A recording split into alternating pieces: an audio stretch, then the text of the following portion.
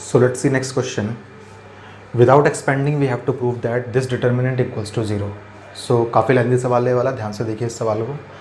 आप सबको पता है एक प्रॉपर्टी डिटर्मिनेंट की जिसमें बोलती है वो आपसे कि अगर कोई भी स्पेसिफिक रो या कोई भी स्पेसिफिक कॉलम के सारे एलिमेंट्स एक्सप्रेस हुए हैं एज अ सम ऑफ 2 और मोर व्हाट एलिमेंट्स या फिर terms, then we can say that our determinant can also be expressed in the sum of 2 और more determinants. All right, so ध्यान से देखिए यहाँ पे जो आपके कॉलम 3 के एलिमेंट्स हैं वो एक्सप्रेस हुए हैं एज अ सम या फिर डिफरेंस, आप बोल लीजिए एज अ सम और difference of 2 terms. All right, so हम बोल सकते हैं, सबसे पहले हम बोलेंगे इसको let delta equals to this determinant. So हम बोल सकते हैं now delta can be expressed as a sum of 2 determinants delta 1 and delta 2, where delta 1 क्या हो जाएगा आपका, where delta 1 is equals to हो जाएगा सारे के सारे, अब यहाँ से बोल दीजिए सारे के सारे फर्स्ट एलिमेंट ले लीजिए आप लोग। सो ये आपको मिल जाएगा 1a and then a square and then 1b and b square and then 1c and c square. All right, delta 2 आपके पास क्या हो जाएगा, सो वो हो जाएंगे सारे के सारे इस बार सेकंड एलिमेंट्स। सो ध्यान से देखिए इसको, तो ये हो जाएगा 1 1 and then a b and c। अच्छा एक और चीज़ देखिए, अगर आपके पास यहाँ पे प्लस है तो आप लगाते हैं यहाँ पे प्लस, अगर आपके पास यहाँ पे माइनस है देन भी आप यहाँ प्लस लगा सकते हैं, बस आपको यहाँ पे सारे के सारे एलिमेंट्स को फिर नेगेटिव में लिखना पड़ेगा। और अगर ये आप यहाँ पे लगाते हैं माइनस देन आपको सारे एलिमेंट्स फिर से प्लस में लिख सकते हैं आप लोग। सो ए सी एंड ए बी, क्योंकि मैंने यहाँ पे इसको माइनस में लिख दिया, अगर मैं लिखता है यहाँ पे प्लस में देन ये एलिमेंट्स आपके माइनस में आते हैं। All right, so delta 1 equals to delta 1 minus delta 2 हमने कर लिया।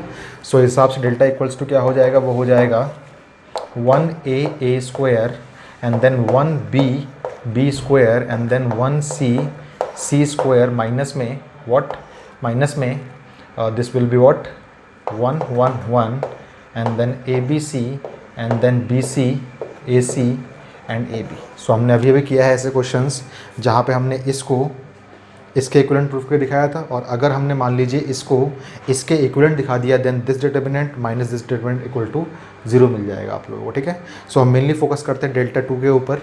सो फटाफट हम इसको सॉल्व करने की कोशिश करते हैं। हमारा मेन टास्क है पहले इसको इसके इक्वल दिखाना ताकि माइनस करने पर आपको 0 मिल जाए, आपको 0 ही वहाँ पर दिखाना है। ऑलराइट, सो ध्यान से देखिए, नाउ डेल्टा 2 को आप सॉल्व कर रहे हैं, डेल्टा 2 इक्वल्स टू हो जाएगा, नाउ सिर्फ हमने कंसिडर किया डेल्टा 2 को, डेल्टा 2 इक्वल्स टू हो जाएगा 1 1 1 and then A B C and then B C A C and A B.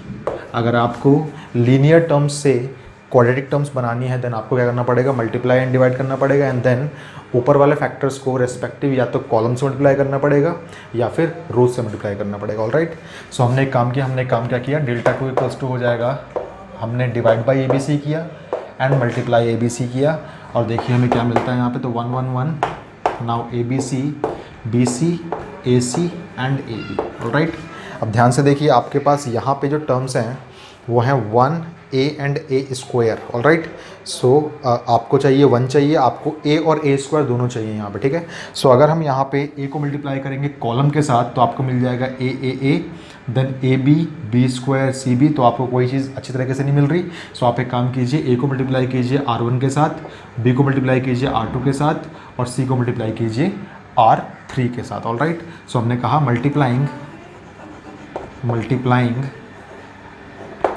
a comma b and c by R1 R2 and R3 respectively,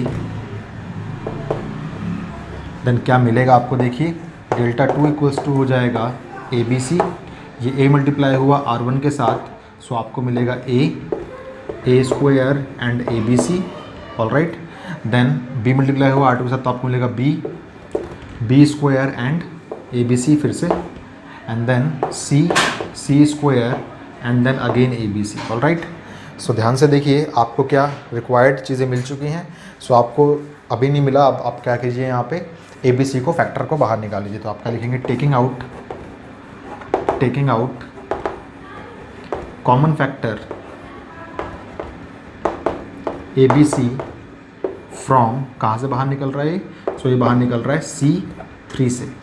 अच्छा, बहुत से बच्चे हमसे पूछते हैं कि सर आपने यहाँ पे रोज़ को यूज़ किया है और यहाँ पे हमने कॉलम्स को यूज़ कर लिया। तो याद रखिएगा, ये जो प्रॉपर्टी थी आपकी कि भाई हमें अगर रोज़ यूज़ करनी है तो पूरे क्वेश्चन में रोज़ यूज़ करनी है, वो क्वेश्चन सिर्फ एलिमेंट्री ट्रांसफॉर्मेशंस में था। अगर आप प्रॉपर्टीज़ ऑफ डिटरमिनेंट अप्लाई कर रहे हो तो आप लोग कहीं पर भी रोज़ का प्रॉपर्टी इस्तेमाल कर सकते हैं और कहीं पर भी कॉलम्स की प्रॉपर्टी इस्तेमाल कर सकते हैं। ऑलराइट, ठीक है।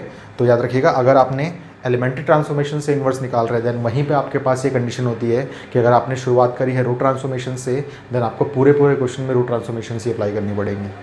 प्रॉपर्टीज़ ऑफ डिटरमिनेंट वाले क्वेश्चंस के अंदर आप कहीं पे भी रो लगाइए, कहीं पे भी कॉलम लगाइए, कोई इशू नहीं होता वहाँ पे, ठीक है।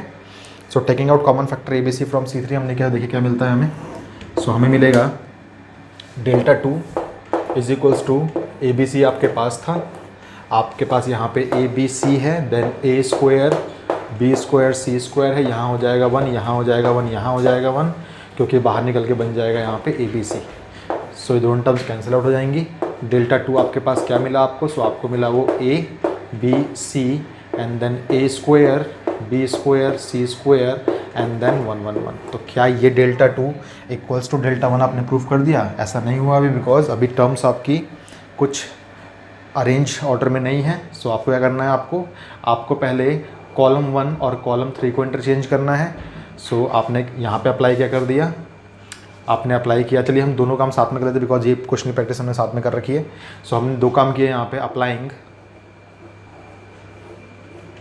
कॉलम 1 को इंटरचेंज किया कॉलम 3 के साथ। तो रफली देखिए क्या मिलेगा आपको मिलेगा 1 1 1 then A square B square C square and then what, and then आपको मिलेगा A B C। तो चलिए मैंने लिख दिया इस चीज़ को। अप्लाई करने के बाद आपको ये मिला। अभी भी आपकी डेल्टा 1 और डेल्टा 2 इक्वल नहीं है बिकॉज यहाँ पे आपको चाहिए 1 1 1 जो कि है मेरे पास, बट ये दोनों टर्म्स आपके पास अभी अरेंज ऑर्डर में नहीं है। ऑलराइट, सो क्यों ना हम इसको अरेंज करें। एक और चीज़ याद रखिएगा, जब कभी भी आपने अप्लाई किया है देन आपको माइनस साइन लगाना ज़रूरी है यहाँ पे। और हमने सेकंड चीज़ क्या अप्लाई करी, इसके ऊपर हमने अप्लाई किया, अप्लाई C2 एंड C3 को हमने इंटरचेंज कर लिया। देखिए ध्यान से क्या मिलेगा आपको मिलेगा माइनस साइन ऑलरेडी था आपके पास, देन फिर से माइनस साइन लगाया मैंने बिकॉज ये ऑपरेशन मैंने अप्लाई किया है। देन आपको मिलेगा 1 1 1 एंड देन ABC आ जाएगा यहाँ पे और A square B square C square आ जाएगा यहाँ पे। सो ध्यान से देखिए, ये आपका बन जाएगा एक्चुअल में डेल्टा 1 बन जाएगा, ठीक है। नाउ जो आपका डेल्टा था वो था आपका delta 1 minus delta 2, delta 1 minus delta 2, but आपने क्या प्रूफ कर दिया, आपने प्रूफ कर दिया डेल्टा 2 तो एक्चुअल में डेल्टा 1 के बराबर ही आ रहा है। सो डेल्टा इक्वल्स टू हो जाएगा डेल्टा 1 माइनस, इसको भी मैं डेल्टा 1 बोल दूँ, this implies that delta equals to आपको मिल जाएगा 0। सो जो चीज़ आपको प्रूफ करनी थी वो चीज़ आपने प्रूफ कर ली। याद रखिएगा इस सवाल को हमने दो पार्ट्स में किया है क्योंकि हमने यहाँ प्रॉपर्टी लगाई है वो सम वाली प्रॉपर्टी कि अगर कोई भी स्पेसिफिक रो के एलिमेंट्स एक्सप्रेस होते हैं 2 और मोर टर्म्स में देन हमारा डिटरमिनेंट ब्रेक हो जाता है सम ऑफ 2 और मोर डिटरमिनेंट्स के अंदर, ठीक है। सो ये इस क्वेश्चन का रिक्वायर्ड सॉल्यूशन है। इस टाइप के क्वेश्चंस भी एग्जाम में आ सकते हैं आप लोगों के। सो इनको करने का तरीका आप लोगों ने सीखा अभी। इस क्वेश्चन को प्लीज़ आप लोग नोटबुक्स के अंदर अपनी नोट डाउन कर लीजिए।